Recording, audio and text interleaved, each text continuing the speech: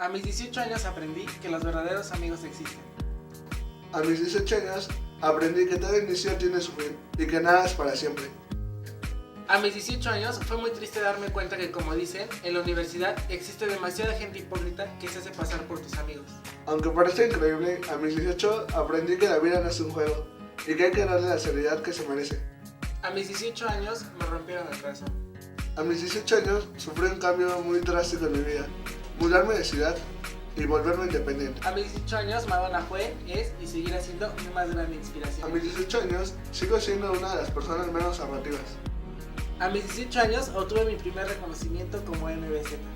A mis 18 años comparto el gusto de hacer videos y hoy inicio ese sueño, A mis 18 años me preparo echándole ganas día a día Para ser siempre los mejores.